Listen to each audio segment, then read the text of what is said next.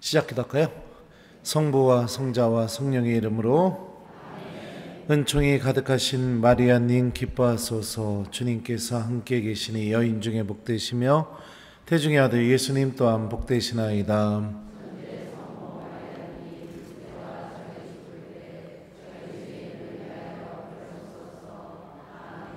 성부와 성자와 성령의 이름으로. 아멘. 안녕하세요. 예, 지난주에 제가 숙제 내줬는데 성체조배 하셨어요? 예, 하신 분들은 이제 더 큰 은총으로 걸어 나갈 겁니다. 안 하신 분들은 빨리 하시기 바라요. 예. 그리고 그 견진교리 받으시면서 아무것도 안 하고 그냥 강의만 듣고 하면 여러분들 보통 그렇잖아요. 그 시험이 다가오는데 수업은 듣는데 집에 가서 공부를 하나도 안 하면은 어떤 일이 벌어질까요? 예? 시험 보면은 망해요. 예. 망하는 것처럼. 그렇다고 뭐 견진성사가 망하느냐 그런 건 아니죠. 근데 중요한 건 뭐냐면 하느님께서 나에게 아주 특별한 선물을 주시는 순간인데 내가 그게 선물인지도 모르고 아무것도 모르고 그런 상태로 임하게 되면 너무 안타깝고 그렇잖아요. 일생에 단 한 번밖에 주어지지 않는 순간인데요. 이 우리 가톨릭 교리 그 성사 중에 인호라고 해서 우리 영혼의 도장이 찍히는 성사들이 있습니다. 그게 뭐냐면은 첫 번째가 세례성사예요. 그다음에 두 번째가 뭘까요? 견진성사입니다. 견진성사. 성령의 인장, 예, 인호가 내 영혼에 이렇게 표시가 도장이 찍히게 돼요. 그래서 하느님의 은총이고 주님의 소유라는 그런 표시들이 우리 영혼에 찍히는 순간이죠. 그리고 하느님께서 우리에게 그 견진성사가 주어지게 될 때 성령의 은사를 선물로 줍니다. 이 은사라는 말은 이 그리스 말로 카리스마라고 합니다. 우리 보통 저 사람 카리스마 있어 이렇게 얘기하기도 하는데 원래 뜻은 무상으로 주어지는 선물 또는 베풀어진 은혜 이런 의미를 갖고 있어요. 다시 말하면 은사라는 것은 하느님께서 나에게 그냥 무상으로 주시는 선물입니다. 그럼 무엇을 위해서 선물을 주시느냐? 바로 내가 예수님의 사람으로서 살아갈 수 있게 해주기 위해서 선물을 주시는 거예요. 성경 안에서 보면 이 은사가 여러 가지가 드러나게 됩니다. 근데 우리 가톨릭 그러니까 가톨릭 교회 교리서에서 이야기하는 은사의 종류와 성경 안에서 언급되는 은사의 종류는 조금 차이가 있어요. 그럼 왜 차이가 있느냐? 성경에서 이야기한 것을 바탕으로 또 교회 역사 안에서 우리가 드러나고 또 확인하고 검증된 그런 내용들을 종합해서 은사를 이렇게 교리로 이렇게 규정해 놨지만 말씀 자체로 그러니까 바오로 사도가 알려주는 이 은사를 보게 되면 이런 은사들이 있습니다. 말씀의 은사, 그 다음에 믿음의 은사, 치유의 은사, 기적의 은사, 예언의 은사, 식별의 은사, 신령한 언어의 은사, 또 그 신령한 언어를 해석하는 해석의 은사, 이렇게 은사들이 있어요. 이 말씀의 은사에 대해서는 코린토 1서 12장 8절을 보면은 이렇게 바오로 사도가 말합니다. 그리하여 어떤 이에게는 성령을 통하여 지혜의 말씀이, 어떤 이에게는 같은 성령에 따라 지식의 말씀이 주어집니다. 그래서 이 말씀의 은사를 받은 사람들은요, 이들이 하느님 말씀을 이야기해 주면 듣는 사람들 안에서 그 말씀이 뭐라고 해야 될까요? 힘을 잘 드러냅니다. 그러니까 마치 안 하면 안 될 것 같은 그런 느낌도 들고, 그리고 또 유독 저 사람이 이 성경 말씀을 이야기해 주면 잘 들리고 재미있고, 그리고 내 생각 속에 오래 남고, 그래서 그 말씀이 나를 움직이게 만들고, 이런 힘을 이렇게 드러내게 돼요. 또 이 은사의 또 다른 특징 중에 하나가 뭐냐면 하느님의 말씀을 쉽게 이해하고 알아듣게 해줍니다. 이 말씀 안에 담겨져 있는 주님의 메시지와 하느님의 마음이 무엇인지를 이 은사를 받게 되면은 깊이 있게 알아듣고 그리고 내가 그 말씀 안에 푹 빠져서 이렇게 살아가게 해주는 그런 은총이 주어지게 되죠. 오늘 복음이 그렇죠. 예수님이 나는 포도나무요 너희는 가지다. 내 안에 머물러라 이렇게 말씀하시죠. 그리고 나도 너희 안에 머무르겠다. 그러면 예수님 안에 머무르는 것이 도대체 무엇인가? 오늘 복음 마지막 부분에 보면 이런 표현이 있어요. 너희가 내 안에 머무르고 내 말이 너희 안에 머무른다면 이렇게 가정법이 나오게 됩니다. 그러니까 결국에 우리가 예수님 안에 머무른다는 게 뭐냐면 예수님의 말씀이 우리 안에 머무르는 것과 같은 겁니다. 그리고 이 머무르다는 의미가 그냥 내가 이거는 머물러도 되고 안 머물러도 되고 이런 선택의 것이 아니라 예수님은 그 머무름을 포도나무와 가지의 관계에 빗대어서 얘기하고 있습니다. 특히 오늘 복음에서 붙어 있다의 의미로 번역된 말도요. 원뜻은 머물다를 의미하는 그리스 말 메노가 쓰였어요. 그러니까 가지가 나무에게서 떨어져 나가게 되면 어떻게 돼요? 말라 비틀어져서 죽게 됩니다. 다시 말하면 신앙인에게 있어서 주님의 말씀이 내 안에 머무르지 않게 한다면 나는 영적으로 어떤 상태냐? 떨어져 나간 가지로 살아가고 있는 거예요. 떨어져 나간 가지. 영적으로 그렇게 되는 겁니다. 아무튼 말씀의 은사를 받게 되면 내 안에 하느님의 말씀 안에 담겨있는 그 신비와 지혜와 지식이 무엇인지를 깊이 깨닫게 되는 그런 선물이 주어지고요. 또 하나는 주님의 말씀을 전하게 될 때 다른 이들 안에서 그 말씀이 힘을 드러내게 그런 은사가 주어지게 됩니다. 이게 여러분들도 받을 수 있어요.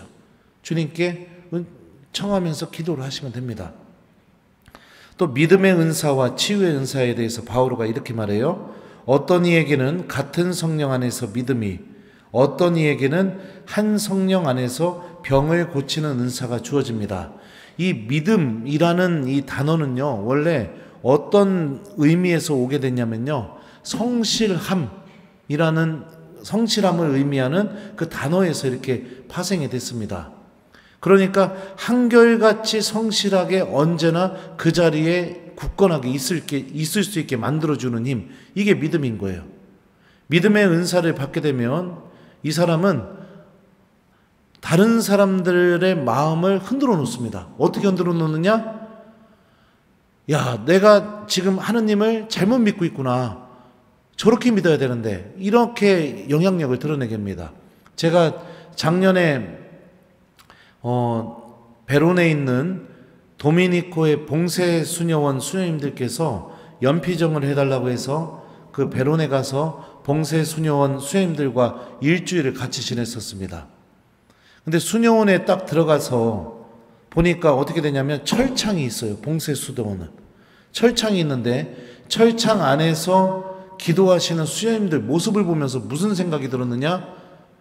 나는 연옥 가겠구나, 이 생각이 들더라고요. 그냥 그 수녀님들의 그 믿음, 그리고 수녀님들의 기도하는 모습 자체가 하느님 안에서 내가 어떻게 지금 있는지를 명확하게 보여주게 됩니다. 그래서 회개하게 만들고 더 하느님께 가까이 가야겠다는 결심이 생기게 만들고 이런 일들이 벌어지게 돼요. 믿음의 은사를 받게 되면 내가 교회 안에서 그런 힘을 드러내는 사람이 되겠죠. 또 치유의 은사는 말 그대로 사람의 몸과 마음을 고쳐주고 낫게 해주는 그런 은총을 갖고 있습니다. 어떤 사람하고 대화하게 되면 내가 뭐 여기가 막 아파가지고 죽겠는데 그냥 너무너무 아픈데 어떤 사람하고 대화를 하면 여기 아픈 게 낫지는 않았지만 내 마음이 그냥 위로받는 느낌이 드는 사람들이 있어요. 그냥 유독 저 사람한테는 내가 다 털어놓게 만들어요. 그리고 내가 힘들고 어려운 일이 생기거나 이러면은 유독 저 사람한테는 내가 전화해가지고 막 나 이런 일이 있었다, 어떻게 해야 되냐 막 이렇게 하고, 그리고 그 사람하고 통화하게 되면 마음의 평화가 생기게 되고 이런 일이 벌어지게 됩니다. 이게 치유의 은사가 드러나는 것 중에 하나죠. 저는 지내다가 정말로 막 너무너무 힘든 일이 생기게 되면 이원하 신부님한테 전화합니다. 치유의 은사 받으셨어요. 예, 그래서 신부님이 제 얘기 다 들어주시고, 예, 그리고 신부님이 또 이렇게 식별을 잘 해주세요. 그래가지고 신부님이 얘기해 주는 것 내가 이렇게 생각하고 이렇게 행동하면은, 그러면은 정말로 더 좋은 것을 선택하게 되는 그런 일들이 벌어지게 되더라고요.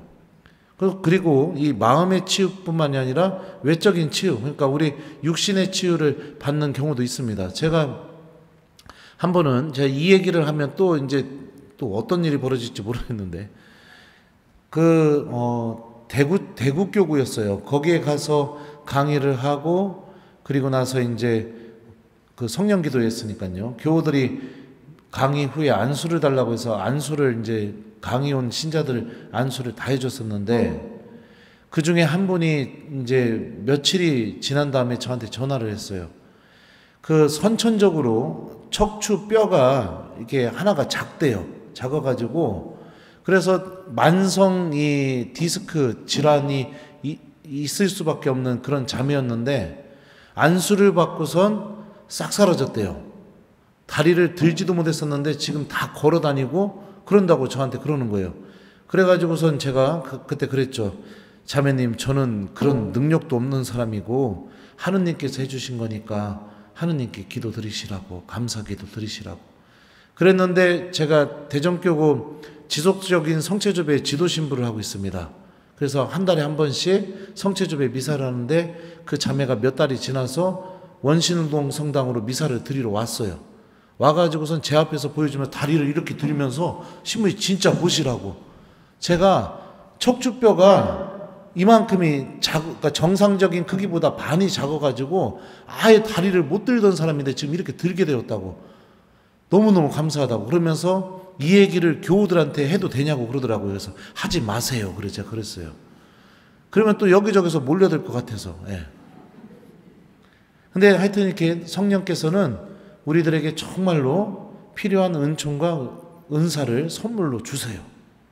또 기적의 은사, 예언의 은사, 식별의 은사, 신령한 언어, 그 다음에 해석의 은사에 대해서 바오로 사도가 코린토 1서에서 이렇게 말해요. 어떤 이에게는 기적을 일으키는 은사가, 어떤 이에게는 예언을 하는 은사가, 어떤 이에게는 영들을 식별하는 은사가, 어떤 이에게는 여러 가지 신령한 언어를 말하는 은사가, 어떤 이에게는 신령한 언어를 해석하는 은사가 주어집니다.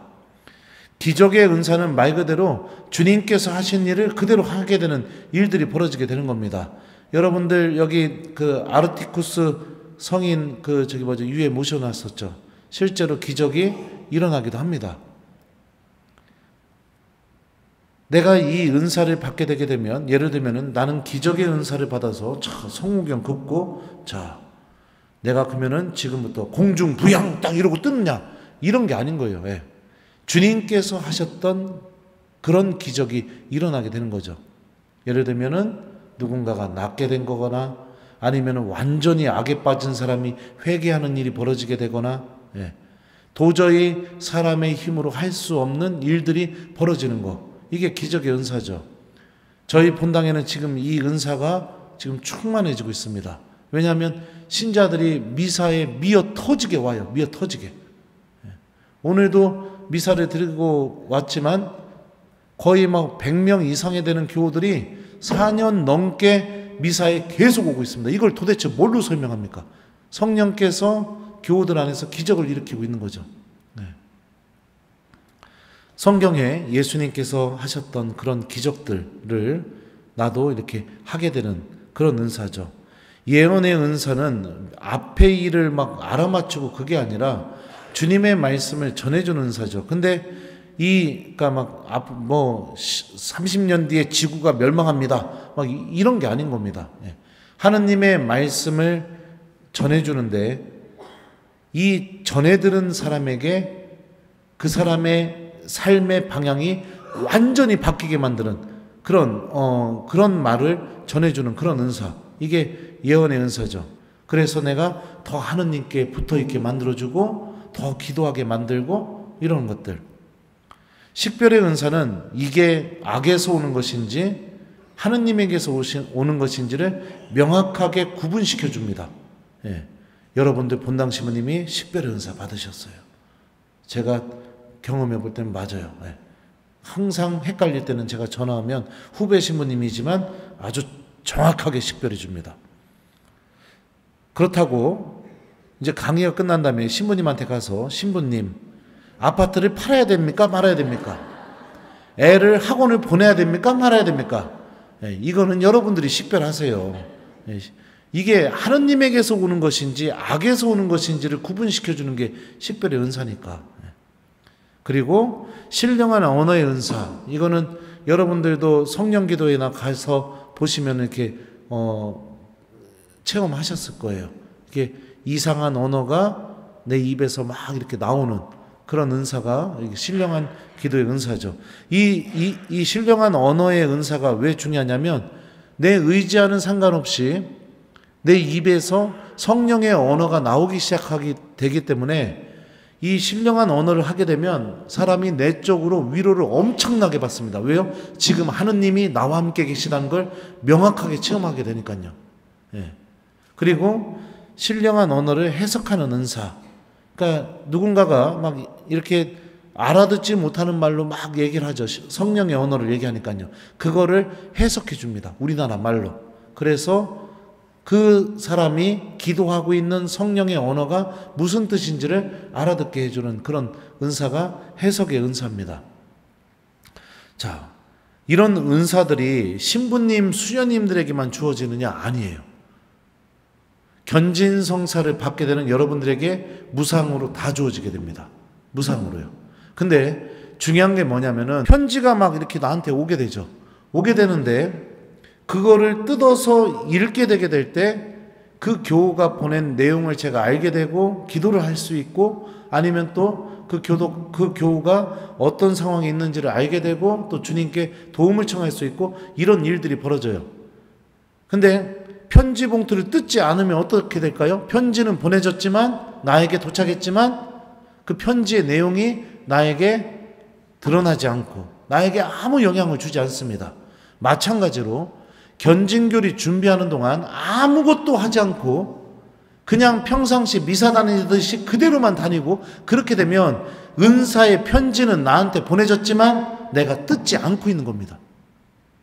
갈망하지도 않고 있고 주님께 청하지도 않고 있고 바라지도 않고 있기 때문에 그 편지는 뜯어질 때까지 계속해서 그냥 안 뜯어진 상태로 있는 거죠. 어떤 경우는 죽을 때까지 그 편지를 뜯지 않고 죽는 사람도 있어요. 얼마나 아깝습니까? 얼마나 아까워요. 그죠? 그렇기 때문에 여러분들 이 견진성사를 준비하시면서 이게 그냥 하나의 이례적으로 천주교 신자로서 거쳐가야 되는 과정 중에 하나다 이렇게 생각하면은 하느님은 그럼에도 불구하고 그 교우에게 정말로 그 교우가 하느님을 사랑할 수 있는 예수님의 사랑을 실천할 수 있는 은사들을 주시겠지만 그 은사들은 그 사람 안에서는 아무 힘도 드러내지 못할 겁니다. 왜요? 본인이 그 은사를 받았는지도 모르고 사니까. 그래서 중요한 게 뭐냐? 기도하는 삶이 너무너무 중요한 거예요. 미사를 사랑하는 삶이 너무너무 중요한 거예요. 포도나무이신 예수님에게 붙어 있는 가지가 되는 것이 굉장히 중요한 겁니다. 아무것도 하지 않으면서 그냥 뭐 알아서 되겠지. 알아서 되는 게 어디 있어요? 뜯어야죠. 편지를. 뜯어야 그 안에 있는 내용을 내가 읽을 수가 있는 거죠. 그런 것처럼 잘 준비하셔야 돼요. 견진성사. 그러지 않으면 그냥 주교님이 내 이마에 안수해주고 여기다 십자가 한번 거주시거든요. 성유로. 네, 크리스마스 성유 거주시는데 그거 하고 나서 뭐 견진성사 뭐 별거 없네. 뭐 별 느낌도 없네. 뭐 이렇게 돼요. 네. 성령 하느님께서 우리에게 이런 은사들을 나누어 주시는 이유가 무엇이냐? 바오로 사도는 이렇게 이야기하고 있어요. 그리고 이 선물의 경우도 그 한 사람이 죄를 지은 경우와는 다릅니다. 한 번의 범죄가 이루어진 심판은 유죄 판결을 가져왔지만 많은 범죄 뒤에 이루어진 은사는 무죄 선언을 가져왔습니다. 은사를 받은 이유가 뭐냐? 내가 누군가에게 자랑하기 위해서 아니에요. 무죄 선언을 가져왔다는 것을 공동체 안에서 수많은 교우들에게 알려주고 드러내고 봉사하기 위해서 은사가 주어지게 되는 겁니다. 그러니까 내가 은사를 받은 이유가 더 뽐내고 더 자랑하고 그러면서 죄 속에 있는 교우들이 더 절망감을 느끼고 그래서 교회를 떠나게 만들고 비난하고 막 나처럼 이렇게 하지 못하면 저 사람은 문제 있어 이렇게 하기 위해서 은사가 주어진 게 아니라 내가 주님으로부터 받은 그 은사를 통해 그럼에도 불구하고 하느님이 당신을 여전히 사랑하고 있습니다. 그럼에도 불구하고 하느님은 당신을 여전히 포기하지 않고 있습니다. 이런 하느님의 사랑과 신비를 드러내는 데 봉사하기 위해 주어진 겁니다. 은사가요. 그리고 은사는 이런 목적이 아니면 힘을 드러내지 않습니다. 절대로 힘을 드러내지 않아요. 또 바오로 사도가 로마서에서 이렇게 말해요. 죄가 주는 품삯은 죽음이지만 하느님의 은사는 우리 주 그리스도 예수님 안에서 받는 영원한 생명이기 때문입니다. 또 은사가 주어지는 이유가 무엇이냐면 영원한 생명이 존재하고 있고 우리가 믿음을 통해 영원한 생명을 얻게 된다는 것을 교회 공동체 안에서 드러내고 알려주는데 봉사하기 위해서 주어지게 되는 겁니다. 그러니까 은사는 절대 개인을 위해서 주어지지 않아요. 교회 공동체를 위해서 주어지게 됩니다. 자, 그리고 또 이런 경우가 있어요. 이 말씀도 들어보죠. 하느님의 은사와 소명은 철회될 수 없는 것이기 때문입니다. 내가 죄를 짓게 되면 은사가 나한테서 사라지느냐? 아니에요. 바오로가 뭐라고 해요? 철회될 수 없다고 얘기하고 있잖아요. 세상에서 가장 치사한 게 뭐죠? 줬던 거 다시 뺏는 거. 그게 제일 치사해요. 하느님은 그런 분 아니세요. 내가 죄를 저질러도 주님께서 주신 은사는 여전히 유효하게 내 안에 있습니다. 그럼 어떻게 해야 돼요? 빨리 고해성사하고 은총 안에 머무르려고 하면 은사가 다시 힘을 또 드러내게 되죠. 자, 그리고 고린도 1서를 보면 이렇게 바오로가 또 말합니다. 나는 모든 사람이 나와 같아지기를 바랍니다. 그러나 이 사람은 이런 은사, 저 사람은 저런 은사, 저마다 하느님에게서 고유한 은사를 받습니다. 그러니까 은사는 신부님이나 수녀님 이렇게 봉헌된 사람들에게만 주어지느냐? 아니에요. 모든 사람들에게 다 주어지게 됩니다. 견진성사를 받는 모든 사람들에게 다 주어져요. 그러니까 지금부터 여러분들이 하셔야 되는 중요한 것 중에 하나가 뭐냐면 주님께 내가 어떤 은사를 받고 싶은지를 청하는 게 필요하겠죠. 그죠? 그리고 그 은사를 통해서 내 가정 안에서부터 내가 어떤 봉사를 하는 사람이 될 것인지 성모님께 도움 청하면서 기도하는 사람이 되어야겠죠. 그리고 중요한 건 뭐냐면 이 자리에 이미 견진성사 받으신 분들이 있어요. 내가 이미 견진성사를 받고 났는데도 지금 신부님이 얘기한 거 나는 한 번도 느껴본 적이 없다. 여러분들 신앙생활 무진장 문제 있게 신앙생활하는 겁니다. 어떻게 신앙생활 했으면 은사가 하나도 힘을 드러내지 못합니까? 어떻게 신앙생활을 했으면요. 이미 견진성사를 받았음에도 불구하고 신부님이 지금 이 설명해 주는 걸 금시초문에 나는 느껴본 적도 없고 이게 있는지도 몰랐고 나는 그냥 미사만 드리면서 드리는 신앙인이었다. 이러면은 신앙생활에 어마어마하게 문제가 있는 겁니다. 성령께서 그 사람 안에서 그 어떤 힘도 드러내지 못하고 있는 것이기 때문에 그렇죠. 그러니까 이미 견진성사 받으셨는데 나는 신부님이 얘기한 이 은사가 하나도 없는 것 같다. 이렇게 느껴지시는 분들도 정신 차리셔서 다시 기도생활 하셔야 돼요. 주교님이 오셔서 견진 대상자들에게 안수해 주실 때 이미 견진성사 받으신 교우 여러분들도 마음속으로 기도하세요. 성령께 성령의 은사가 제 안에서도 힘을 드러내게 해달라고 주님 제가 어떤 은사를 받았는지 제가 깨닫게 해달라고 그렇게 기도하시면서 미사에 참여하세요. 왜냐하면 사도행전을 보게 되면요 사도들이 이방인들에게 가서 설교를 하고 있는데 안수를 주지도 않았는데 이미 성령의 은사가 주어져 가지고 막 신령한 언어를 막 이렇게 하는 경우들이 벌어지게 됩니다. 그러니까 견진성사가 주어지게 될 때 1차적으로는 견진 대상자들에게 성령의 은사가 주어지게 되지만 덤으로 그 안에서 함께 기도하는 이들에게도 덤으로 은총이 같이 주어지기 때문에 지금부터라도 정신 차리시고 신앙생활, 그 다음에 기도생활 다시 회복하셔야 돼요. 회복하셔야 돼요. 제가 지난 시간에 얘기했었죠. 하느님 정말로 살아계시다고요. 제가 얘기했던 그 내용 때문에 저도 그 체험을 한 뒤부터는 정말 열심히 살려고 노력합니다. 내가 하느님 만나게 됐을 때 그 만남에서 주님이 저를 모른다고 하실까 봐.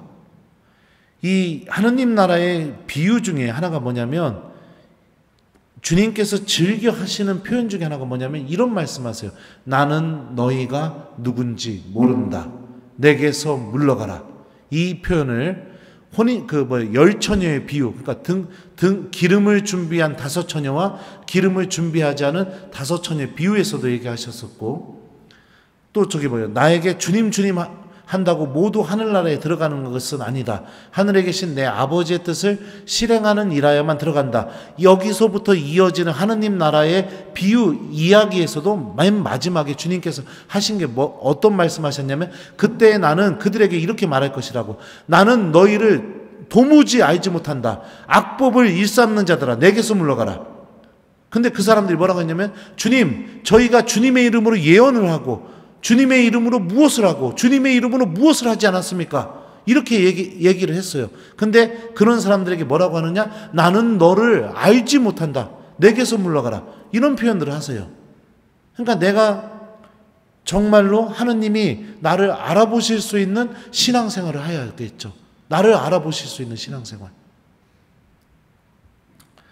이 은사를 통해서 제가 여러분들에게 말씀을 드렸죠. 교회 공동체의 선익을 위해서 예수님께서 우리에게 하셨던 그 사랑을 우리가 할 수 있게 하기 위해서 은사가 주어진다고 합니다. 그러면은 주님께서 하셨던 그 사랑이 무엇인지 우리 다시 한번 되새겨 봅시다. 요한복음 13장의 말씀을 좀 읽어드릴게요. 예수님께서 제자들의 발을 씻어주신 다음 겉옷을 입으시고 다시 식탁에 앉으셔서 그들에게 이르셨다. 내가 너희에게 한 일을 깨닫겠느냐? 너희가 나를 스승님 또 주님하고 부르는데 그렇게 하는 것이 옳다. 나는 사실 그러하다. 주님이며 스승인 내가 너희의 발을 씻었으면 너희도 서로 발을 씻어주어야 한다. 내가 너희에게 한 것처럼 너희도 하라고 내가 본을 보여준 것이다. 자, 요한복음은요, 다른 복음서하고는 다르게 예수님께서 최후의 만찬을 하신 장면, 다시 말하면 너희는 모두 이것을 받아 먹어라. 이는 너희를 위하여 내어줄 내 몸이다. 이 최후의 만찬 때 이 말씀을 하신 장면이 없어요. 대신에 그 최후의 만찬, 그러니까 성체성사를 제정하는 내용이 들어가는 본문이 있어야 할 자리에 어떤 이야기를 배열하고 있느냐? 세종례 이야기를 배열하고 있습니다. 다시 말하면 성체성사 안에 담겨있는 예수님의 사랑이 무엇인지가 세종례를 통해서 잘 설명이 되기 때문에 요한복음은 그 자리에 세종례를 넣어서 성체성사의 이 신비가 무엇인지 우리에게 알려주고 있습니다. 예수님께서는 최후의 만찬 때에 제자들의 발을 씻어주셨습니다. 예수님 시대 때 사람들이 신발을 뭐를 신었냐면 샌들을 신고 다녔어요. 그리고 길은 지금처럼 포장이 안 돼 있고 다 흙길이었습니다. 그 시골에서 사셨던 분들은 아실지 모르겠지만 저는 어렸을 때 어디서 살았었냐면 충남 청양군 정산면에 살았어요. 칠갑산 산자락 밑에 있는 마을이었어요. 학교를 가려면 길이 다 흙길이고 동네 사람들이 다 농사를 졌기 때문에 그 길에 소똥이 막 뚝뚝 떨어져 있었습니다. 소똥이. 예수님 시대 때도 마찬가지죠.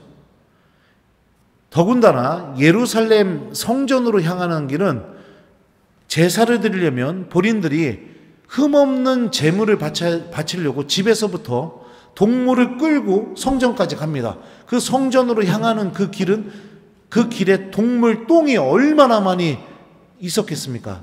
그런데 비가 혹시나 오거나 날씨가 좀 습해지게 되면은 흙이 진흙탕으로 바뀌게 되고, 그러면은 샌들을 신고 다니는 그 발에 흙도 묻고 뭐도 묻어요? 똥도 묻고 다 묻어요. 그게 발입니다. 더군다나 지금 우리는 포장된 도로에서 아주 좋은 신발을 신고 살아가고 있으면서도 신체 부위 중에 가장 더러운 부위 중에 하나로 무엇을 인식하느냐? 발이 가장 더러운 부위 중에 하나라고 지금도 인식을 하고 있습니다. 그런데 예수님 시대 때 그런 환경이었다면 발은 얼마나 더러운 것으로 인식을 했을까요? 실제로 예수님 시대 때 발을 닦아주는 일은 종들 중에 계급이 제일 낮은 종이 했던 일이에요. 천하디 천한 일. 근데 그 일을 예수님이 하셨습니다. 그리고 발은 어떤 장소냐? 닦아줘도 다시 또 더러워질 수밖에 없는 장소예요. 근데 그 부분을 주님께서 닦아주신 거죠. 그러면서 어떻게 얘기해요? 내가 본을 보여주려고 한 것이다. 너희도 서로 발을 씻어줘야 된다. 그러니까 우리가 성령의 은사를 받아서 첫 번째로 해야 될 게 뭐냐면 이웃의 가장 더러운 것을 닦아주는 사람이 되어야 된다는 겁니다. 가장 더러운 것을 닦아줄 수 있는 사람이 되는 거. 이게 성령의 은사를 통해서 우리가 첫 번째로 맺어야 되는 거죠. 그리고 성체를 모실 때마다 그 예수님의 사랑이 내 안에 머물고 있기 때문에 내가 아직 견진성사를 안 받았다 하더라도 지금부터라도 연습을 하셔야 돼요. 이웃의 가장 더러운 부분을 닦아주는 사람이 되게 되는 거. 이번 성삼일 때 저희 본당 제2방 자매들이 성목요일날 제병 숫자를 맞추지를 못했어요. 제가 우리 교우들한테 그랬었거든요. 1년에 딱 한 번 3일 동안 예수님의 순환 죽음 부활을 기념하는 시기인데 천주교 신자라면 와야 되지 않겠냐고. 의무가 아니더라도 언제까지 미사 빠지면 고해성사 이 굴레에서 머물 거냐고. 좀 빠져서 나와서 우리가 먼저 능동적으로 좀 참여해보자. 성삼위 전례 다 오세요 했는데 신자들이 거의 300명 가까이 왔어요. 저희는 주일미사 450명 나오는 본당입니다. 근데 제 입방에서 그렇게 많이 나올 거라고 가늠을 못한 거죠. 근데 금요일 것까지 이렇게 제병을 2배로 해서 넣었는데 성금요일 날 십자가 순환 예식을 하는데 그날도 신자들이 어마어마하게 온 겁니다. 성체가 딱 봐도 너무 부족한 거예요.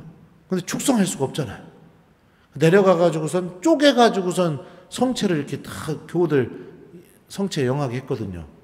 그리고 나서 이제 예식이 다 끝나고 제 입방에 들어가서 제가 그랬어요. 제대회장님한테 제대회 다 모이라고 하세요.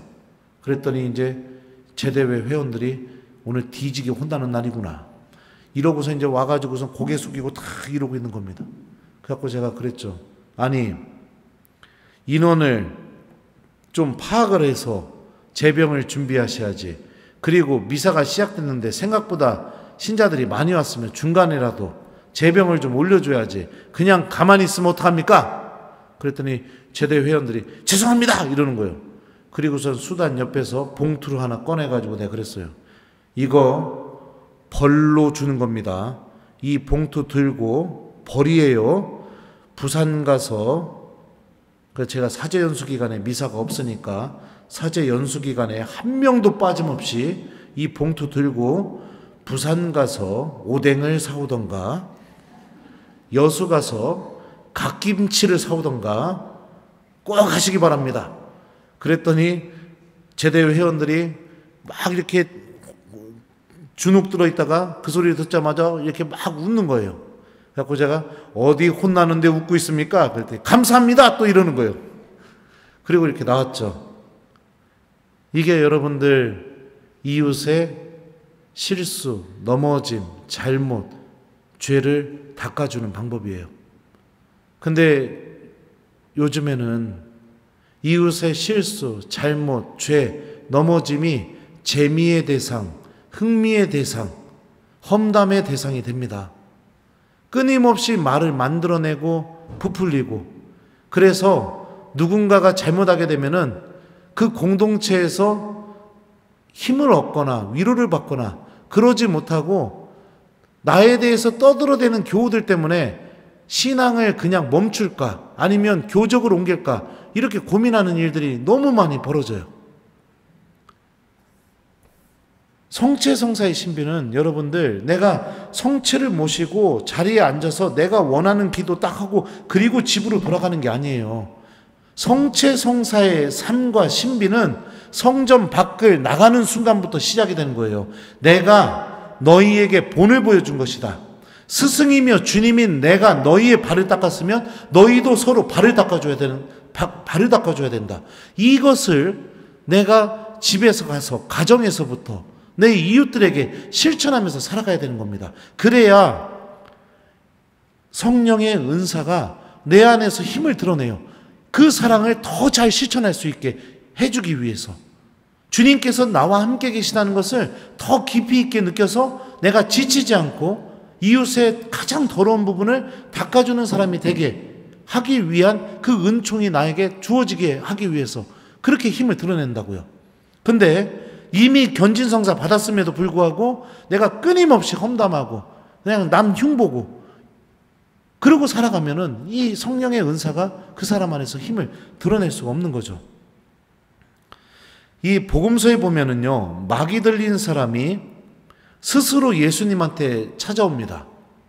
마테오복음, 마르코복음, 루카복음 보면 모두가 다 마귀 들린 사람이 스스로 주님한테 찾아와요. 근데 다른 병자들은 특징이 뭐냐면은 누군가가 그 사람을 예수님한테 데려가거나 아니면 예수님이 지나가실 때 그들이 직접 찾아가서 예수님한테 고쳐달라고 하거나 이러는데 마귀 들린 사람도 스스로 예수님한테 걸어오면서 자기의 자기가 악령에 사로잡혔다는 것을 드러내게 됩니다. 근데 한번 우리 논리적으로 생각해 봅시다. 악마가 예수님을 만나는 걸 좋아할까요? 네? 좋아할까요? 1번 어마어마하게 좋아한다. 2번 너무너무 싫어할 것 같다. 몇 번이에요? 네? 싫어하겠죠. 근데 왜 마귀 들린 사람은 스스로 예수님한테 걸어갈까요? 이거 생각 안 해보셨나요? 복음서 묵상할 때? 악에 사로잡혔다면 그 악은 주님께로 가는 걸 너무너무 싫어할 텐데 그런데 스스로 예수님한테 걸어가서 이렇게 얘기해요. 나자렛 사람 예수님, 당신께서 저희와 무슨 상관이 있습니까? 이렇게 얘기를 해요. 왜 이런 일이 벌어지게 될까요? 생각 안 해보셨나요? 네. 그래요. 성경은 여러분들 이렇게 보기 시작하면 너무너무 재밌어지기 시작합니다. 저는 이걸 언제 깨달았냐면 제가 대화동 성당에 있을 때 어린이 미사가 끝나가지고선 이제 성전 밖으로 나가고 있는데 성전 밖에서 막 누가 난동을 부리는 소리가 들리는 거예요. 그래가지고서 깜짝 놀라서 빨리 가봤더니 굉장히 막 등치 좋은 형제님이 사무장하고 싸움이 붙은 겁니다. 그래갖고 제가 지금 이게 뭐 하는 겁니까? 이랬더니 그 형제님이 저를 보더니 신부님이시죠? 이러는 거예요. 예, 제가 본당 신부입니다. 그랬더니 신부님 만나고 싶다고 왔는데 이 사람이 자꾸 못 만나게 하려고 해가지고 자기가 그래서 화나가지고 그랬다고. 그래가지고 제가 그 사람을 데리고 집무실로 들어갔어요. 왜냐하면 아이들이 놀랄까봐. 집무실에 데리고 가서 얘기를 들어보니 교도소에서 출소한 깡패 아저씨였어요. 교도소에서 출소한 깡패 아저씨. 그 아저씨 얘기를 들어보니까 그런 거예요. 처음에 몇 년 동안에는 교도소에서 지내는 게 크게 어려움이 없었대요. 그냥 막 두드려 패고 막 그러면 되니까. 근데 어느 날 밥을 먹다가 갑자기 그런 생각이 들더래요. 어쩌다 내가 이렇게 됐지? 이 생각을 한번 하기 시작하게 되니까 그 날부터 출소하는 날까지 교도소가 지옥처럼 지옥같이 느껴졌대요. 어쩌다 내가 이렇게 됐을까? 이 생각 한 번 때문에. 그러면서 출소할 때까지 마음속으로 그 생각을 했대요. 출소하면 신부님을 만나야겠다. 신부님을 만나야겠다. 그리고 나서 출소해가지고 신부님을 만나려고 성당을 막 찾으러 돌아다니다가 발견한 성당이 하필 대화동 성당이었어요. 그리고 그 성당 안에 들어가서 만나려고 했던 신부가 하필 저였어요. 그러면서 저한테 하는 얘기가 그 얘기를 하는 겁니다. 신부님, 저 같은 사람도 다시 삶을 시작할 수 있습니까? 그래서 제가 그랬죠. 예, 시작할 수 있습니다. 대신에 다른 사람 눈에서 피눈물 나게 한 돈으로만 살려고 하지 않으면 됩니다. 그랬더니 자기가 노력해 보겠다고. 그런데 자기가 의지가 약하기 때문에 또 마음이 어디에다가 의지할 데가 없으면 자주 신부님을 좀 찾아뵈도 되겠습니까? 깡패가 자주 찾아오겠대요. 여러분들이 본당 신부라면 어떡하실 거예요? 자주 찾아오시라고 했죠.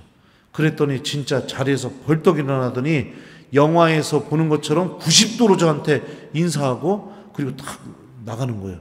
그리고 같이 이제 집무실에서 나와가지고 그 성당 로비로 가보니까 총회장님, 남성 부회장님 뭐 다 와 있는 거예요, 형제님들이. 그래가지고선 그 형제님들 앞에서 또 저기 뭐예요, 그 깡패 아저씨가 저한테 90도로 인사하면서 신부님 가보겠습니다 이러면서 그리고 간 거예요. 그래갖고 제가 그랬죠, 그 총회장님한테. 앞으로 제 말 안 들었다가는 내가 저 아저씨 부를 겁니다. 사무장이 깜짝 놀래가지고 형제님들이 막 전화해가지고 오라고 한 거예요. 저는 그때 알았어요. 아무리 악한 사람도 구원받고 싶은 갈망이 있는 거예요. 아무리 악령의 지배를 당한다 하더라도 악령은 주님께 가기 싫어하지만 그 악령이 지배한 영혼이 구원받고 싶어하는 그 갈망, 예수님께로 가고 싶어하는 그 갈망을 악도 막을 수가 없기 때문에 막이 들렸음에도 불구하고 예수님을 만나고 싶어하는 그 사람의 의지가 스스로 예수님께 가게 만든 거죠. 모든 사람은 이런 열망을 갖고 있어요. 근데 내가 단죄하고 심판하고 막 이상한 소문을 만들어내 버리게 되고 그렇게 되면 그 사람이 주님께로 가고 싶어하는 그 의지조차 잃어버리게 되는 그런 아주 불행한 일이 벌어지게 되죠. 끊임없이 내 입에서 험담이 쏟아지고 있다면 여러분들 그 악마한테 틈을 열어준 겁니다. 에베소서 말씀을 보면 바오로 사도가 이렇게 얘기해요. 악마에게 틈을 주지 마십시오. 여러분의 입에서 어떠한 나쁜 말도 나와서는 안 됩니다. 필요할 때 다른 이의 성장에 좋은 말을 하여 그 말이 듣는 이에게 은총을 가져다 줄 수 있도록 하십시오. 하느님의 성령을 슬프게 하지 마십시오. 모든 원한과 격분과 분노와 폭언과 중상을 온갖 악의와 함께 내버리십시오. 서로 너그럽고 자비롭게 대하고 하느님께서 그리스도 안에서 여러분을 용서하신 것처럼 여러분도 서로 용서하십시오. 그러니까 악마에게 틈을 열어주는 게 뭐랑 똑같느냐? 끊임없이 내가 누군가에 대해서 험담하는 거. 내 말과 행동이 이웃의 더러운 부분을 닦아주는 도구가 아니라 나도 더럽게 만들고 그 더러운 부분을 더 부각시키고 더 과장시키고 그래서 그가 완전히 절망 속에 빠져버리게 만드는 거. 이게 여러분들 악마에게 틈을 열어준 거죠. 성체를 모신다는 것은 무엇이냐면 나의 가장 더러운 부분까지 닦아주시는 그 예수님의 사랑이 내 안에 머무르는 것과 같습니다. 그리고 그 사랑을 스승이며 주님이신 예수님께서 하셨듯이 나도 그대로 실천하는 거예요. 집에서부터요. 요즘 부부들이 정말로 저는 불쌍해 보여요. 서로 용서하는 법도 잃어버렸고 대화하는 법도 잃어버렸어요. 그냥 조금만 잘못하면 서로가 서로에 대해서 못 잡아먹어서 한다릅니다. 막 비난하고 막말하고 소리 지르고 밖에서는 다른 사람들한테 하지 못할 그런 아주 무례한 행동들을 내가 정말로 사랑한다고 이 재단 앞에서 고백했던 바로 내 배우자에게 그냥 다 쏟아냅니다. 어이 그 인간아 막 이러고 앉아있지를 않나 막 이래요 막. 얼마나 안타깝습니까? 내 말과 행동이 이웃의 어려움과 상처를 감싸주고 용기를 불어넣어줘야겠죠. 용기를요. 제 동창 신부가 몇 년 전에 저한테 이런 편지를 보냈었어요. 근데 이때가 제가 참 힘들 때였었습니다. 왜냐하면 유튜브를 하다 보면 저를 좋아해주는 신자들도 참 많지만 그 반대편에 서 있는 사람들도 많아요. 그리고 저를 응원해주고 지지해주는 신부님들도 참 많지만 그 반대편에 서 있는 신부님들도 많아요. 그러니까 그런 거 사이에서 마음이 막 너무 아파가지고 유튜브를 그만둘까 말까 막 이러기도 하고, 내가 왜 굳이 이걸 해가지고선 안 줘도 될 십자가를 짊어져가지고 진짜 환장하겠네 막 이러기도 하고, 또 누군가가 막 이렇게 저한테 전화해가지고 그 전화 때문에 막 상처받아가지고 막 며칠 동안 막 마음 아파갖고 이랬던 적도 있었고 그랬는데, 정말 의도치 않게 외국에서 살았던 동창 신부가 저한테 이런 편지를 보내줬습니다. 제가 한번 읽어줄게요. 길, 진리, 그리고 생명. 제도가 그동안 잘 지냈지. 내가 주님의 은총으로 잘 지내는 것은 잘 알고 있어. 어떻게 하냐고. 우연히 얼마 전에 너의 강론을 유튜브에서 듣고는 너무 기뻐서 매일 내 강론을 기다리는 1인이란다. 주님이 너를 통해 많은 이들의 영혼을 구원의 길로 이끌고 계시고 양들이 당신 품으로 돌아오도록 이끌고 계시다는 것을 느껴. 예전에 우리끼리 농담처럼 얘기했었지. 너는 참 별일 다 겪으면서 산다고 말이야. 그런데 그 모든 시간 속에 주님이 함께 계셨고 그 어려웠던 시련의 시간 속에서도 주님을 붙잡는 법을 너에게 알려주셨던 것 같아. 그분의 사랑, 그 사랑 때문에 그 사랑이 너의 뼛속까지 스며들어 그 사랑을 노래하고 선포하지 않으면 살 수 없는 존재로 너를 빚어가는 것 같구나. 너의 삶을 통해 맺은 말씀의 힘이 사람들의 영혼을 흔들고 깨우고 있다고 믿어. 그래서 너의 강론을 들을 때마다 주님께 감사 기도를 드리고 또 너를 교만의 유혹으로부터 지켜달라고 기도한단다. 너도 많이 느꼈겠지만 주님이 도구로 쓰시기 시작하고 세상에 드러나기 시작할 때 사탄이 너를 얼마나 축혀 세우고 주님과 멀어지도록 만들려고 함정을 파놓겠니? 언제나 주님 안에서 솔직하려는 너를 믿기에 걱정보다는 감사한 마음이 크단다. 이런 내용으로 편지를 보내줬어요. 저는 이 편지 읽으면서 눈물 날 뻔했어요. 그냥 예수님이 저를 위로해 주는 것처럼 느껴져가지고. 그래서 그때 마음을 먹었습니다. 앞으로 어떻게 떠들던 말던 나는 복음을 들고 교우들 주님 말씀 간직하고 듣게 만들려고 하느님 나라를 향해서 돌진, 멈춤은 없다, 돌진. 아주 그때 그렇게 결심을 하게 됐었습니다. 위로의 한마디가, 저의 마음을 어루만져주는 말 한마디가 완전히 저의 삶을 새롭게 만들어주고 변화시킨 거죠. 그러니까 여러분들, 내가 성체를 모신다는 것은 무엇이냐? 나도 내 이웃의 더러운 부분을 닦아주고 그를 감싸주고 그가 다시 하느님을 바라볼 수 있게 해주는 도구가 되겠다, 그 뜻이에요. 예수님은 여러분들 당신을 팔아넘길 유다의 발도 닦아주셨어요. 당신을 배반할 베드로의 발도 닦아주셨고요. 당신을 버리고 도망갈 다른 제자들의 발도 닦아주셨습니다. 그리고 나의 발도 닦아주시죠. 끊임없이 내가 주님께 용서 청할 때마다. 근데 나의 말과 행동이 주님의 손이 되는 도구가 아니라 계속해서 떠들어대면서 왜곡시키고 변질시키고 부풀리고 내가 그런 도구가 되고 있다면 성체 안에 머무르시는 예수님이, 또 내 안에 머물고 계시는 그 예수님이 얼마나 마음이 아프시겠습니까? 한 번은 또 후배 신부님이 저한테 전화를 한 적이 있었습니다. 성령지도 담당하시는 신부님인데, 형, 그런 거예요. 왜? 그랬더니 나 안수 못하겠어, 신자들한테. 왜? 그랬더니 이렇게 얘기해 주는 거예요. 안수를 하다가 한번 두려움을 느꼈대요. 그래서 그 뒤부터는 너무너무 두려워서 그 공포감 때문에 교우들 머리에 손을 못 얹겠다고 그러는 거예요. 근데 제가 그랬어요. 너 지금 잠깐 성경 좀 펼쳐봐. 성경은 왜? 빨리 펼쳐봐. 그래서 그 마태복음 28장 표, 맨 뒤표. 거기 그 부분을 우리가 전교주일 때 선포되는 복음입니다. 그게 뭐냐면 갈릴레아 산에서 예수님이 제자들을 만나고 제자들에게 하죠. 나는 하늘과 땅의 모든 권한을 받았다. 너희는 가서 아버지와 아들과 성령의 이름으로 세례를 주고 내가 너희에게 명령한 모든 것을 가르쳐 지키게 하여라. 그 부분이요. 그 부분을 같이 읽었어요. 읽고 나서 그랬어요. 여기 보면은 그러나 더러는 의심하였다. 이 표현이 있지. 이러더라고요.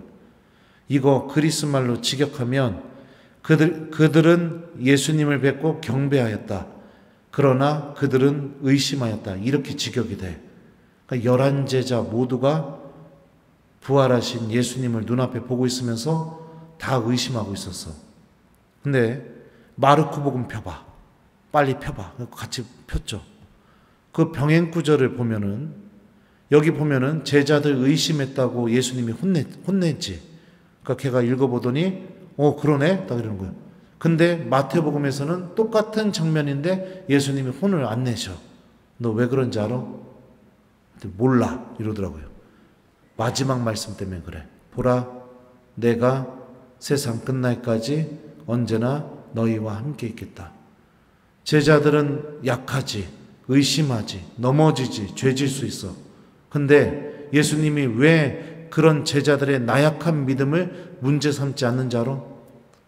그런 제자들이랑 세상 끝날 때까지 같이 계셔 주실 거니까. 그러니까 너 안수할 때 너무너무 무섭고 두려우면 지금 형이 해준 말 기억하고 안수해. 마음속으로 보라, 내가 세상 끝날까지 언제나 너희와 함께 있겠다. 이렇게 스스로 마음속으로 외치면서 신자들 머리에다 손을 얹어봐. 그리고 전화를 끊었어요.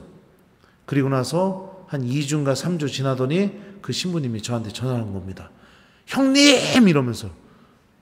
왜? 그랬더니 나는 하느님 말씀이 이렇게 힘 있는 줄 몰랐어. 그랬고 왜? 그랬더니 형이 시키는 대로 했대요. 제가 시키는 대로. 너무너무 무서웠는데 보라, 내가 세상 끝날까지 언제나 너희와 함께 있겠다. 이 말씀을 기억하면서 안수를 시작을 했대요. 그리고 나서 마지막 사람 손을 딱 떼는 순간 성경 말씀이 생각이 나더래요. 그게 그러니까 보라, 내가 세상 끝날까지 언제나 너희와 함께 있겠다. 이 말씀이 어떤 말씀으로 바뀌었느냐? 내가 세상을 이겼다. 이 말씀으로 바뀌었대요. 마음속에서. 그러면서 그 두려움이 다 사라져 버렸다는 거예요. 말 한마디가, 절망에 빠져있던 사제가 다시 하느님의 도구로 변화되게 해줬죠. 만약에 제가 거기서 그랬다면요, 저한테 전화했는데, 야, 너는 신부가 뭔 두렵다고 그러냐. 아우, 쪽팔려 죽겠네 아주 그냥. 그만 하지마. 주교님한테 가서 못하겠다고요. 뭐하러요 그거. 아유, 쪽팔려 그냥. 끊어. 그리고선 만나는 신부들한테 가갖고, 있잖아, 걔가 이렇다네. 안수도 못한대야. 두렵다고.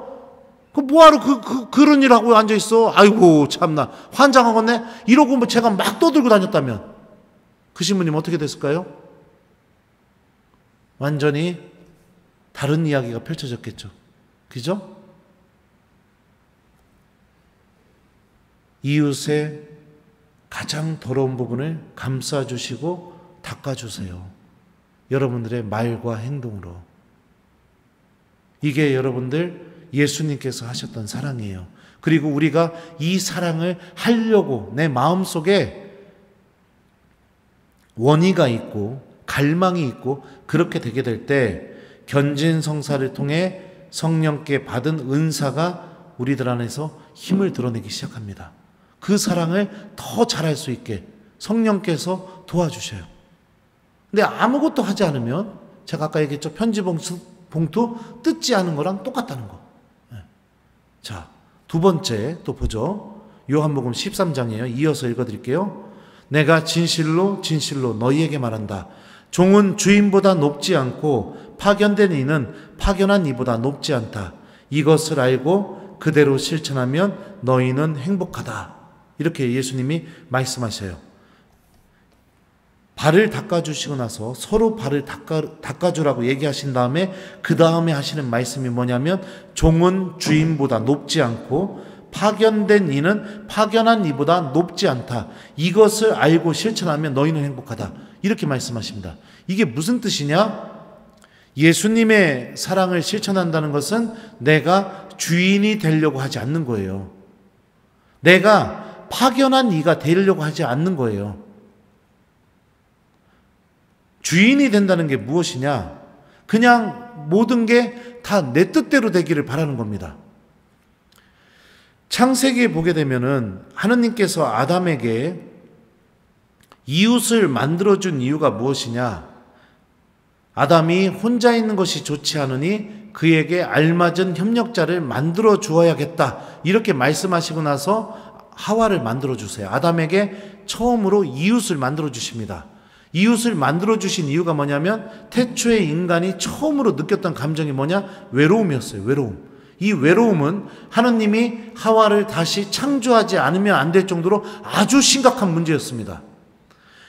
히브리 말로 알맞은 협력자 할 때 알맞은이라는 단어가 네게드라는 뜻인데 이 단어의 사전적인 의미가 뭐냐면 정반대의 이런 뜻이에요.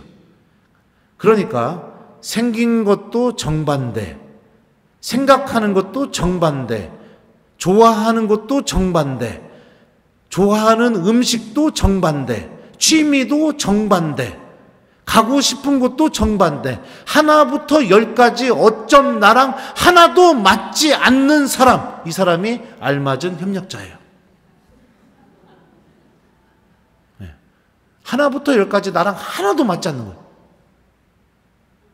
이게 여러분들 알맞은 협력자예요. 그리고 여러분들 연애하실 때나 신혼 때를 생각해 보시면 그 다름, 나랑 맞지 않음이 얼마나 나에게 기쁨을 주고 그랬습니까? 그 사람이 나랑 다른 모습을 내가 알기 위해서 계속해서 만나고 편지 쓰고 데이트하고 그러면서 이런 면이 있네, 이런 면이 있네, 감동받고 막 그랬죠. 근데 어느 순간부터 그 다른 모습이 싫어져요. 왜 그럴까요? 내가 주인이 되었기 때문에 그렇습니다. 내가 주인이 됐기 때문에. 나한테 맞춰줘야 되니까. 내가 주인이니까. 내가 원하는 대로 행동하지 않으니까. 내가 판단한 대로 따라주지 않으니까. 그러니까 다 싫은 거예요, 그냥. 하나부터 10까지 다 싫은 겁니다, 그냥. 왜 그래요? 내가 주인이 되고 싶으니까. 예수님의 사랑은 이웃과의 관계에서 주인이 되는 사랑이 아니에요. 내가 주인이 되어버리는 사랑을 하는 게 예수님의 사랑이 아니라고요. 예수님의 사랑은 뭐죠? 요한복음 15장을 읽어보면 나는 너희를 종이라고 부르지 않고 친구라고 불렀다. 이렇게 말씀하셔요. 예수님의 사랑은 이웃을 친구로 만들어주는 사랑이에요. 그런데 어떤 사람은 사랑을 하면 할수록 상대방을 종으로 만들어버려요. 그래서 나랑 좀 맞지 않으면 어떻게, 아우, 쟤는 별로야. 만나지 마. 아우, 쟤 부르지 마. 다 내 맘대로. 신부님과의 관계에서도 내가 주인이 되고 싶어요. 신부님 이것 좀 해주세요. 이것 좀 해주세요. 근데 안 해줘요. 그럼 마음에 안 들어, 그냥. 아우, 그냥 우리 신부님 별로야. 그냥. 아유, 그냥. 다른 빨리 가셨으면 좋겠네. 다 이렇게 되는 거예요. 다 자기 위주. 자기밖에 모르는 주인. 불행한 거죠. 그러면 자기가 주인이 돼버리게 되면 상대방은 뭐가 돼야 돼요? 종이 돼야 되죠. 그럼 여러분들 종으로 사는 거 좋아요? 종으로 사는 거 행복해요? 아니죠. 그러니까 항상 불행한 거죠. 대화가 없는 거죠. 희생이 없는 거죠. 사랑이 없는 거죠. 왜요? 다 나한테 해줘야 되니까. 근데 이 모습이 이 베드로의 신앙 고백 장면에서 그대로 나타나게 되죠. 사탄아, 내게서 물러가라. 너는 하느님의 일은 생각하지 않고 사람의 일만 생각하는구나. 베드로가 주인이 되고 싶은 마음 때문에 예수님 예루살렘 가는 거 반대하거든요. 절대로 안 된다고 그러거든요. 내가 원하는 대로 예수님을 끌고 다니고 싶은 겁니다. 그러니까 예수님의 사랑은 주인이 되지 않는 사랑이에요. 상대방을 친구로 만드는 사랑이에요. 친구니까 어떻게 해야 돼요? 대화해야죠. 친구니까 어떻게 해요? 설득해야죠. 친구니까 어떻게 해요? 동의를 구해야 되죠. 친구니까 어떻게 해요? 존중해줘야죠. 이게 예수님이 성체성사를 통해서 우리에게 보여주신 사랑입니다.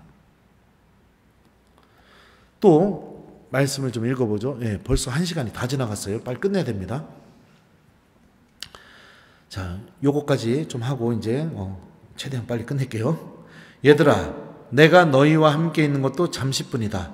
너희는 나를 찾을 터인데 내가 유다인들에게 말한 것처럼 이제 너희에게도 말한다. 내가 가는 곳에 너희는 올 수 없다. 내가 너희에게 새 계명을 준다. 서로 사랑하여라. 내가 너희를 사랑한 것처럼 너희도 서로 사랑하여라. 너희가 서로 사랑하면 모든 사람이 그것을 보고 너희가 내 제자라는 것을 알게 될 것이다. 예수님께서 마지막으로 세종례 때 하셨던 말씀이 뭐냐면 내가 너희를 사랑한 것처럼 너희도 서로 사랑하여라. 이렇게 주님께서 말씀하셔요. 서로 사랑하라고 말씀하셨습니다. 한 명만 사랑하라고 한 게 아니라. 그리고 그 사랑은 예수님께서 하신 사랑을 서로가 실천하라고 그렇게 말씀하고 계시죠. 아까도 말씀드렸지만 우리가 이웃이 생기게 된 이유는 외로움 때문에 생기게 되었죠. 그래서 하나부터 열까지 하나도 맞지 않는 알맞은 협력자를 주님께서 우리에게 만들어 주셨습니다. 협력자라는 이 단어는요, 히브리 말 에제르라고 합니다. 이거는 도움, 힘이라는 것을 의미해요. 그러니까 나랑 정반대의 모든 모습을 갖고 있으면서 나에게 힘이 되고 도움이 되어주는 사람. 제가 신부가 되자마자 한 달도 안 돼가지고 저희 아버지가 뇌출혈로 쓰러지셨던 적이 있었습니다. 그때 제 반대표 신부님한테 전화를 해서 아버지가 지금 돌아가실지도 모른다고 하니까 이따 저녁 미사 할 때 동창들한테 공지 좀 해서 아버지에서 생미사 좀 드려달라고 문자 좀 보내줘. 이러고 이제 저는 병원으로 갔어요. 병원에 가서 이제 중환자실 앞에서 아버지 이제 기다리고 있는데 동창 신부 중에 한 명이 온양에서 이렇게 보좌 신부를 했는데 그 신부님은 자동차도 없었어요. 저녁 미사 끝나자마자 농협에 가서 농협 에이팅기에서 자기 통장에 있는 돈을 다 인출을 해서 종이봉투에다 그 돈을 넣어가지고 온양에서 대전까지 택시 타고 왔어요. 그 밤에. 그래서 저는 이렇게 고개 숙이고선 이러고 있는데 누가 뒤에서 부르는 겁니다. 제도가! 딱 보니까 그 신부인 거예요. 너 어떻게 왔어? 차도 없는데. 그랬더니 막 달려오더니 이러는 거예요. 손에다가 돈 봉투를 쥐어주면서 너 병원비 없지? 일단 이걸로 병원비해. 그리고 아버지 안 돌아가실 거요. 내가 죽도록 기도할 거요. 나 갈게. 그리고 그 택시 타고 갔어요, 그냥. 여러분들은 이런 친구 있어요? 네? 있어요? 네. 인생 헛사셨네요. 죄송합니다. 농담이에요. 이게 여러분들 알맞은 협력자의 모습이에요. 그 신부님이 저한테 그때 뭐를 보여준 걸까요? 뭐를 준 걸까요, 저한테? 돈요? 돈 얼마 되지도 않아요. 새 신부라서 돈 얼마 들어있지도 않았어요. 뭐를 준 거죠, 저한테? 내가 너랑 같이 있어. 너랑 같이 기도하고 있어. 너 혼자 아니야. 겁내지 마. 내가 네 옆에 있어. 그걸 저한테 준 거죠. 보여준 거죠. 내가 주인이 되지 않고 내 이웃의 더러운 부분을 닦아주면서 내 말과 행동이 내 이웃들이 혼자가 아니라는 것을 느끼게 해주고 내가 너랑 같이 있어. 그게 여러분들 알맞은 협력자의 모습인 거죠. 제가 또 한 번은 이런 적도 있었어요. 신학교에서 제가 이제 히라버를 가르치는데 학사님 한 명이 수업이 시작되면 이제 매 수업 시작될 때마다 어떻게 하냐면 쪽지 시험을 봐요. 지난 시간에 배웠던 거를 꼭 쪽지 시험을 냅니다. 왜냐하면 언어는 꾸준히 공부해야 따라올 수 있기 때문에 학사님들 벼락치기 안 시키려고 쪽지 시험을 계속 줍니다. 근데 어떤 학사님이 어느 순간부터 백지를 내는 겁니다. 그 다음 주도 백지, 그 다음 주도 백지 그러는 거예요. 그래서 제가 불렀어요. 학사님, 신부 안 될 거요? 그랬더니 그 학사님이 그러는 거예요. 네. 왜 신학교 그만두게? 그랬더니 대답을 안 하더라고요. 그래서 제가 그랬죠. 주일에 외출할 수 있지? 외출하면은 신학교 그만두기 전에 외출 한번 해서 신부님 좀 주일에 꼭 한번 만나러 왔으면 좋겠어. 신부님이 학사님 그만두기 전에 학사님한테 꼭 해줄 얘기가 있어. 그리고서 이제 그 학사님을 보냈어요. 그리고 한 2주 뒤에 그 학사님이 실제로 주일날 외출을 나와서 저희 본당으로 왔습니다. 와가지고선 이야기를 들어보니까 나이를 많이 먹고 신학교에 왔어요. 그러니까 이 막 언어 암기 과목 이게 너무너무 어려운 거예요. 막 학사님이. 근데 제가 그 얘기를 쭉 듣고 있는데 저도 대전신학교 입학할 때 성적이 안 돼가지고 막 신부님들이 얘를 합격시킬까 말까 이러면서 입학을 했었거든요. 그리고 1학년 때부터 시험 볼 때마다 맨날 성적이 안 돼갖고 재시험 나와가지고 인생이 고달팠었어요. 제 저학년 때 모습이 생각이 나니까 마음이 너무 안쓰러운 거예요. 그래서 제가 그 학사님한테 이제 제 이야기를 좀 해주면서 그랬어요. 신부님은 신학교 학사님처럼 그만두려고 마음 먹었었는데, 그만두려고 마음 먹은 그 학기 내내 매일 빠지지 않고 하루에 5분 이상 성취주배를 했었다. 잠자기 전에. 그러다가 정말 하느님이 계시다는 체험도 했었다. 그러니까 우리 학사님도 이번 학기 끝날 때까지 성취주배 해봤으면 좋겠다. 신부님도 학사님 위해서 오늘부터 매일 생미사 내가 봉헌하겠다. 신부님도 같이 기도해 주겠다. 그리고선 용돈 줘서 보냈습니다. 그리고 나서 이제 그 다음 주가 되니까 이 학사님이 답안지에 다시 답을 쓰기 시작하는 거예요. 그리고 나서 중간고사가 있었고 중간고사 채점을 하니까 그래도 통과할 수 있을 수준의 점수를 받은 거예요. 그리고 나서 이제 성소주일이었는데 그때가 우리 대전신학교 성소주일이 개방을 안 하는 해였습니다. 신학생이 신학생 부모들과 함께 성소주일을 보내는 해였는데 미사가 끝났는데 자꾸 예수님 말씀이 막 마음속에 남으면서 그 학사님이 막 보고 싶은 거예요. 근데 저는 그날 교구청으로 갔어야 됐거든요. 교구청에서 예비 신학생들 그 행사가 성소주일 행사가 있어가지고. 근데 자동차 시동을 걸어가지고 그냥 신학교로 갔습니다. 가갖고 막 찾아가지고 보니까 강당에서 부모님들 이렇게 모여가지고 학사님들하고 같이 막 공연하고 있었고 그 뒤에서 이 비디오 카메라로 그 학사님이 찍고 있는 거예요. 제가 문을 열고 들어가니까 그 학사님이 저를 보더니 오 신부님 이러는 거예요. 이리 와. 그랬더니 예 이러는 거예요. 이리 와 빨리 와. 그랬더니 이거는요 당장 와 빨리 와. 네. 그러니까 왔어요. 잡아가지고선 막 끌고 가갖고 문이 하나 보이길래 문을 열고 그냥 확 들어가서 잠궈버렸습니다. 근데 거기가 창고였슈. 거기서 그랬죠 제가. 너 신부 될 거야 안 될 거야? 그랬더니 신부님 저 그날부터 매일 성체조배 하고 있어요. 그래 알아. 신부님도 너를 위해서 매일 생미사 드리고 있었어. 너 신부 될 거야 안 될 거야? 그랬더니 신부님 저 이번 중간고사 진짜 열심히 공부해서 답안지 썼어요. 그래서 알아. 그래서 내가 왔잖아. 내가 오늘 성소주일인데 네가 보고 싶어서 왔잖아. 너 신부 될 거야 안 될 거야? 그랬더니 그 신학생이 그러는 거예요. 신부 될게요 이러면서 막 우는 거예요. 갖고 내가 막 안아줬죠. 그러면서 내가 그랬어요. 그래 야 나도 니들이 보기에는 교수 신부님이고 막 무진장 잘 나가는 것처럼 보일지 모르지만 신부님도 아주 형편없는 사람이요.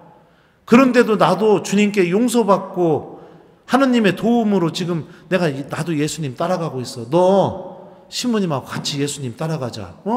그만두지 마. 알았지? 그랬더니 네 이러는 거예요. 그리고서 이제 용돈을 주고선 밖으로 나오는데 하필 그 앞에 제 아들 신학생이 그 앞을 지나가고 있는 거예요. 근데 얘가 따라 나오는 거 보면 또 서운할 거 아니에요. 자기 만나러 온 게 아니구나 이럴 것 같아갖고 뒤에 따라 나오는 애를 확 밀어버리고 문을 닫아버렸어요. 내가 그리고선 그 창고 안에서 했던 짓을 아들 신학생 붙잡고 똑같이 해버렸어요. 내가 그냥. 네? 그리고 그 학사님은 기말고사 때 96점을 받았어요. 백지를 내던 말던 그냥 그래 말아라 신학교 그만둬. 너처럼 공부 못하는 애들은 그냥 당장 그만둬야지 뭐. 제가 만약에 그랬다면 교수 식당 가가지고선 아이고 몇 학년에 걔 지금 3주 전부터 계속 백지 내네. 무슨 걔 그런 애가 신부 될 자격이 있디야? 제가 막 그러고 막 험담하고 떠들고 다녔다면 다른 미래가 벌어졌겠죠. 그죠? 네. 여러분들 주님의 사랑을 실천하는 사람이 되십시오. 성체만 모시고 집에 가서 아무것도 안 하는 거 이거 잘못된 겁니다. 잘못 배우셨어요. 여러분들 잘못 배우셨다고요. 그리스도교 신앙은 원래 그런 신앙이 아닙니다. 빵을 쪼개고 함께 모여서 기도하고 복음을 실천하고 전하고 이게 그리스도 신앙이에요. 주일에 미사 와서 성체 모시고 월요일부터 토요일까지는 예수님하고 아무 상관없이 살다가 주일에 미사와 성체 모시고 내가 고해 성사 볼 수 있는 1년 내내 성사거리는 오직 하나. 주일 미사 1번 빠졌습니다. 주일 미사 2번 빠졌습니다. 이거 외에는 성사 볼 것도 없고 내 말에서는 끊임없이 험담이 터져나오고 내 행동은 주님을 사랑하는 열매를 맺는데 아무것도 없고 그러면 내가 견진성사를 받아도 성령의 은사가 주어져도 어찌 그게 내 안에서 힘을 드러낼 수 있겠습니까? 어찌 그렇게 될 수가 있겠습니까? 그러면서 나는 주님께 몇 번이고 나의 발을 닦아달라고 고해수에서 발을 이렇게 디밀고 나는 용서받아야 되고 내 기도는 주님이 들어주셔야 되고 나는 위로받아야 되고 나밖에 모르는 이게 뭐예요? 이미 주인이 돼버렸죠. 하나님은 다 내가 원하는 대로 해줘야 되는 종이 돼버리고 내 배우자도 이미 종이 돼버렸고 내 자녀들도 종, 나랑 친한 사람들도 다 나의 종, 다 내 뜻대로 내가 원하는 대로만 하길 바라고 그런 마음 안에서는 기적이 일어날 수가 없어요. 성경에서 고백되는 이 말씀이 그 사람 안에서는 하나도 힘을 드러내지 못합니다. 그러니까 어떤 상태로 살아요? 죽어있는 신앙생활. 근데 더 무서운 건 뭔지 알아요? 이런 얘기를 듣고도 변화되려는 마음조차 없이 그냥 그러려니 하고 살아가고 변화가 전혀 없는 그런 신앙생활. 예수님이 나를 전혀 알아보지 못하는 그런 신앙생활. 주님 부를 줄은 알지만 주님께서 하셨던 그 사랑을 한 번도 실천해 본 적이 없으니까 어찌 주님이 나를 알아보실 수가 있겠어요? 기름이 전혀 준비되어 있지 않은 신앙생활. 삶을 통해서 슬기로운 처녀들은 기름이 준비가 됐었죠. 그죠? 예수님을 만날 때. 근데 아무것도 준비가 안 돼 있는 신앙생활. 언제까지 그러실 겁니까? 언제까지? 여러분도 혼내는 거 아니에요? 어차피 저는 강의하고 가면 돼요. 안타까워서 그렇습니다. 안타까워서. 변화가 일어나야죠.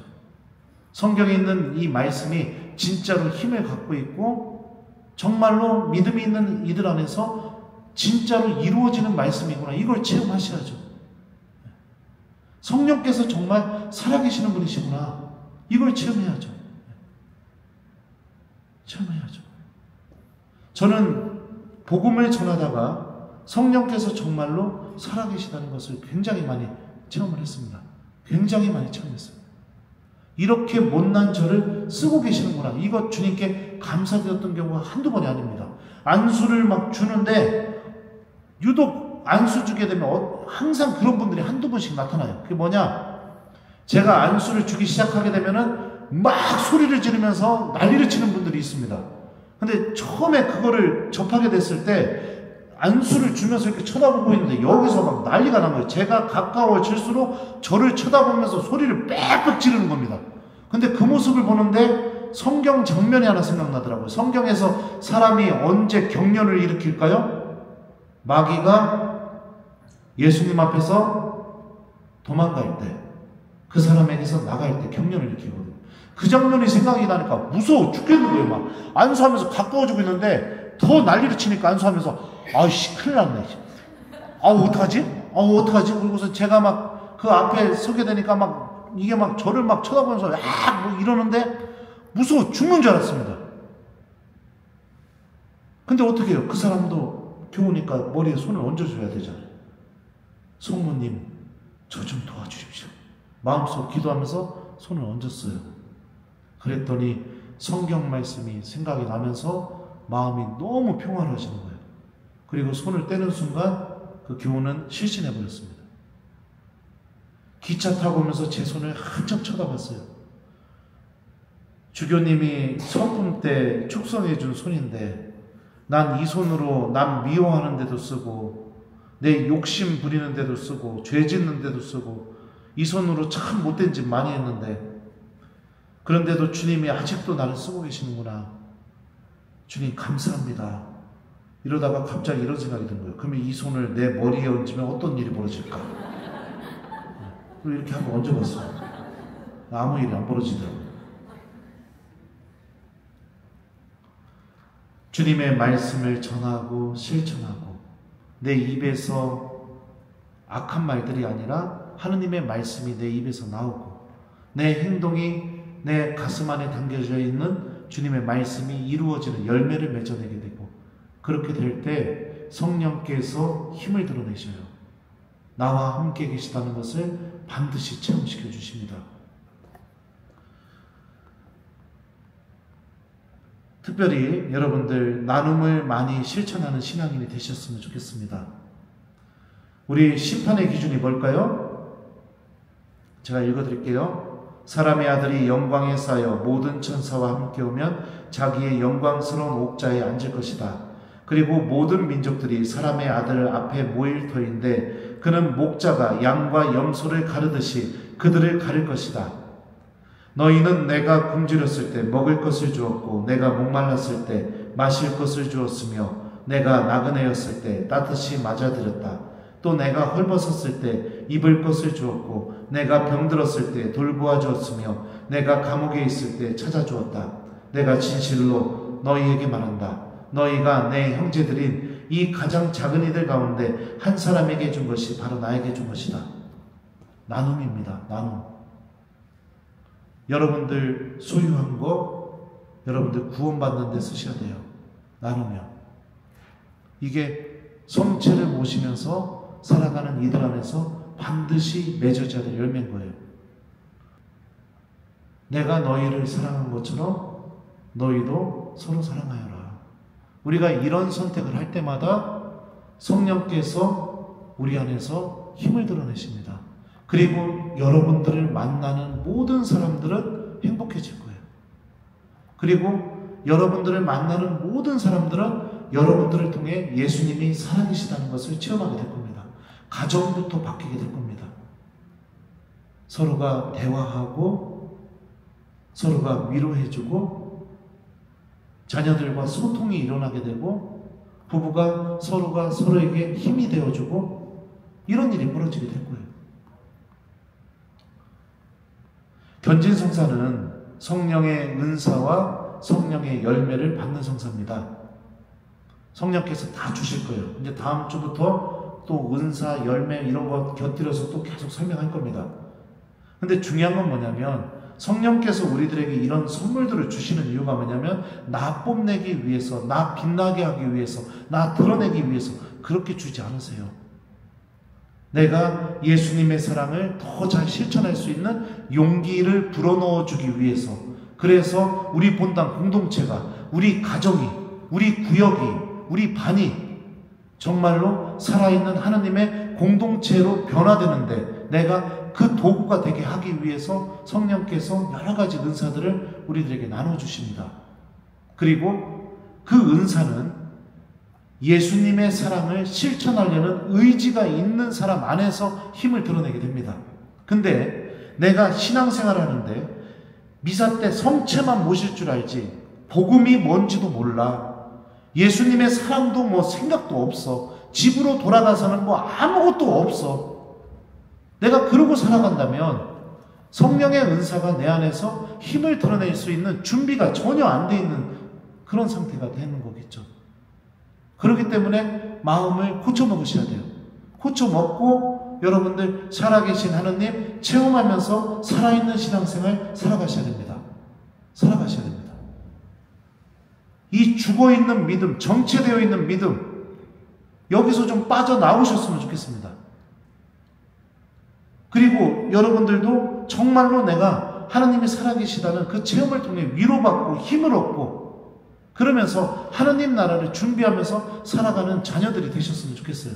언제까지 바뀌지 않을 겁니까? 언제까지? 아무튼 그래서 이 성체성사의 이 신비는 바로 예수님의 사랑을 내가 가정과 이웃 안에서 실천하는 것이다. 그럴 때 완성이 된다. 이 얘기를 여러분들에게 해드렸어요. 지난 시간에는 양식이 무엇인지에 대해서 여러분들에게 말씀드렸죠.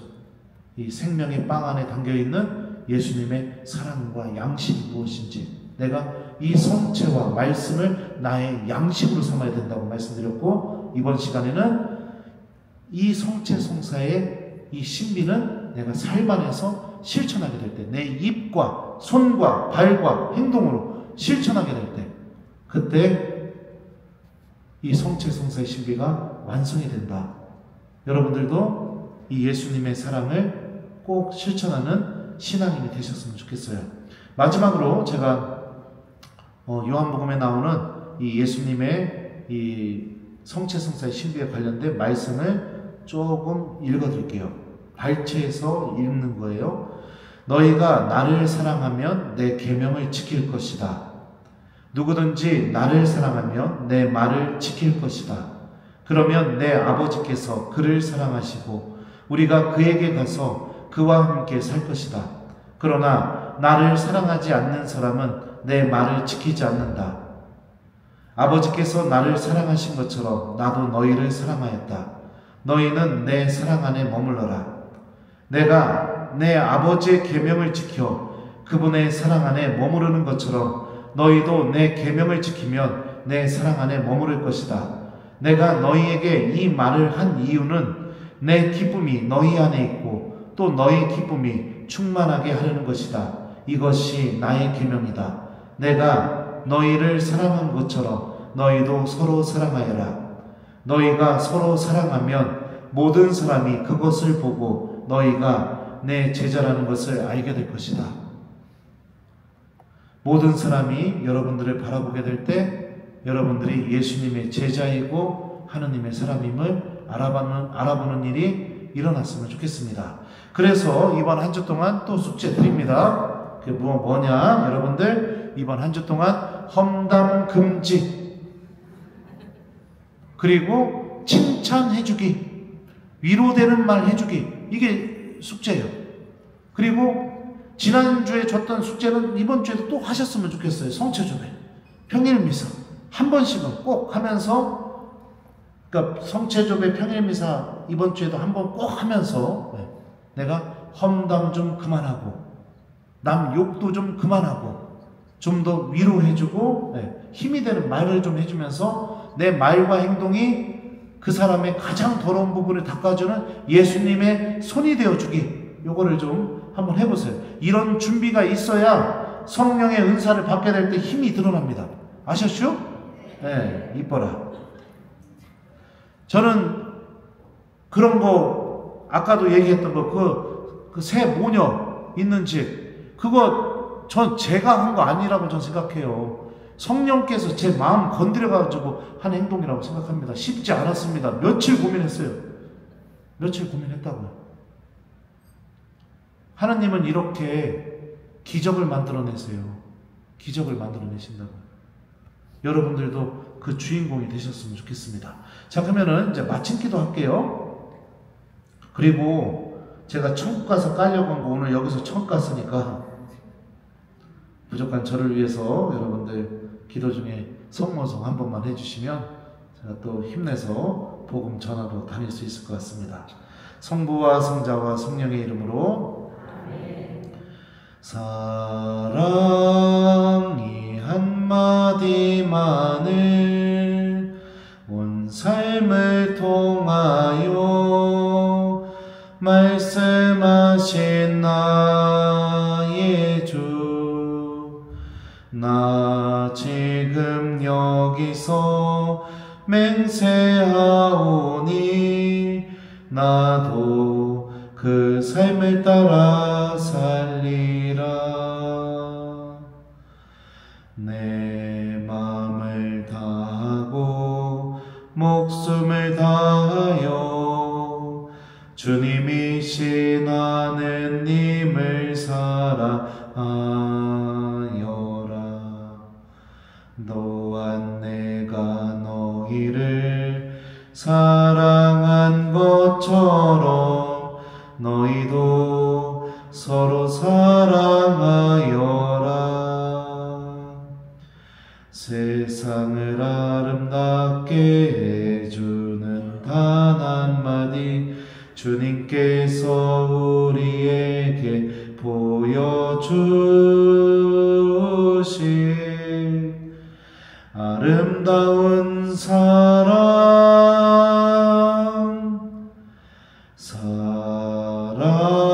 사랑이 한마디만을 온 삶을 통하여 말씀하신 나의 주, 나 지금 여기서 맹세하오니 나도 그 삶을 따라 살리라. 주님께서 여러분과 함께 전능하신 천주 성부와 성자와 성령께서는 여기 있는 저희 모두에게 강복하소서. 주님을 찬미합시다. 성부와 성자와 성령의 이름으로.